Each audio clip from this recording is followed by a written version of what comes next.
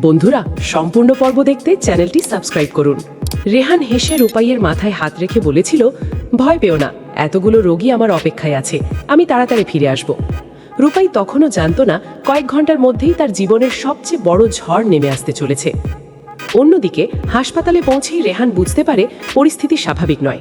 গর্ভবতী রোগী দীপ্তি সিনহার অবস্থা দ্রুত খারাপ হচ্ছিল।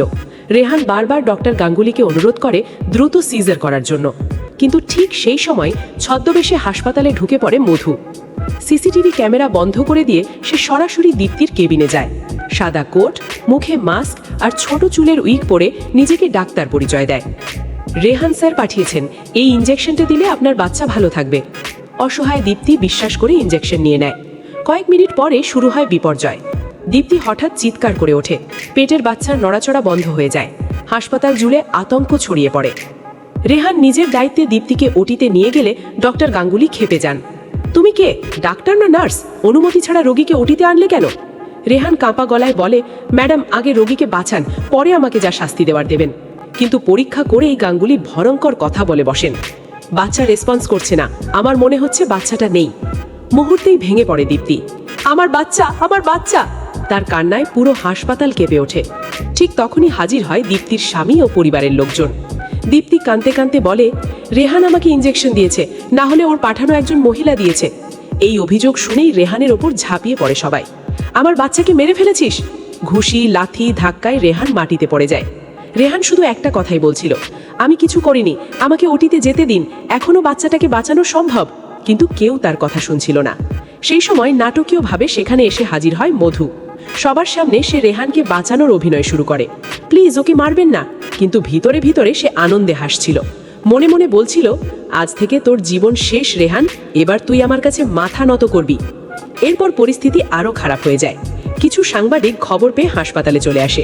একজন রিপোর্টার লাইভে বলতে শুরু করে, একজন নার্সের গাফিলতিতে গর্ভস্থ শিশুর মৃত্যু, হাসপাতাল জুড়ে উত্তেজনা। মুহূর্তেই সোশ্যাল মিডিয়ায় রেহানের নাম ভাইরাল হয়ে যায়। এরপর এক ব্যক্তি সামনে এসে রেহানের মুখে কালি মাখিয়ে দেয়, আর একজন জুতোর মালা এনে গলায় পরিয়ে দেয়। পুরো হাসপাতাল অপমানে স্তব্ধ হয়ে যায়। মধু বাইরে থেকে প্রতিবাদ করলেও ভিতরে ভিতরে খুশিতে আত্মহারা। অন্যদিকে বাড়িতে হঠাৎ রূপাইয়ের শাখা ভেঙে যায়। তার বুক ধড়ফড় করতে শুরু করে। নাজবাবু ঠিক আছেন তো? বারবার ফোন করলেও রেহানের ফোন বন্ধ। ঠিক সেই সময় মিশকার বান্ধবী ফোন করে পুরো ঘটনা জানিয়ে দেয়। রূপাই এক মুহূর্ত দেরি না করে হাসপাতালে ছুটে যায়। হাসপাতালে পৌঁছে সে দেখে তার নাজবাবু মাথা নিচু করে বসে আছে, মুখে কালি, গলায় জুতোর মালা। দৃশ্যটা দেখে রূপাইয়ের চোখে জল চলে আসে, কিন্তু সে ভেঙে পড়ে না, বরং সবার সামনে দাঁড়িয়ে বলে, আমার নাজবাবু নির্দোষ, তাকে কেউ পরিকল্পনা করে ফাঁসিয়েছে। তার কথা শুনে সবাই হাসাহাসি শুরু করে, কিন্তু রূপাই থামে না। সে সোজা সিসিটিভি রুমে যায়। সেখানে গিয়ে জানতে পারে ঘটনার সময় ক্যামেরা বন্ধ ছিল। এরপর এক ওয়ার্ড বয়কে জেরা করে জানতে পারে ছোট চুনের এক মহিলা কেবিনে ঢুকেছিল। রূপাইয়ের সন্দেহ সঙ্গে সঙ্গে মধুর দিকে যায়। এদিকে ওটিতে ডক্টর গাঙ্গুলি শেষ চেষ্টা চালাচ্ছিলেন। ঠিক তখনই মনিটরে ক্ষীণ হার্টবিট দেখা যায়। সবাই অবাক হয়ে যায়। কয়েক মিনিট পরে নবজাতকের কান্না ভেসে আসে। বাচ্চা বেঁচে গেছে। ডক্টর গাঙ্গুলি হতবাক হয়ে যান। রেহানের কথা না শুনলে মা ও বাচ্চা দুজনকেই হারাতাম। এদিকে রূপাই ডাস্টবিন থেকে একটি ব্যবহৃত সিরিঞ্জ খুঁজে পায়। সিরিঞ্জের সঙ্গে আটকে ছিল ছোট চুলের উইগের অংশ। সব প্রমাণ ধীরে ধীরে এক জায়গায় মিলতে শুরু করে। মধুর কপালে তখন ঘাম। সে বুঝতে পারে তার সাজানো খেলা ভেঙে পড়ছে। রূপাই সবার সামনে দাঁড়িয়ে ঘোষণা করে, আজ না হয় কাল সত্যিটা আমি বের করবই। আমার নাজবাবুর বাইরেও শত্রু আছে, ঘরের ভিতরেও শত্রু আছে। যারা তাকে শেষ করতে চেয়েছে তাদের মুখোশ আমি খুলবই। রেহান দূর থেকে রূপাইয়ের দিকে তাকিয়ে থাকে। আজ সবাই তাকে অপমান করেছে, কিন্তু একজন মানুষ শেষ মুহূর্ত পর্যন্ত তার পাশে দাঁড়িয়েছে, আর সেই মানুষটা হলো রূপাই। অন্যদিকে মধু হাসপাতালের করিডোরে দাঁড়িয়ে মনে মনে বলে, রূপাই, তুই যদি আমার পথে দাঁড়াস তাহলে তোকে সরাতেও আমি পিছুপা হব না।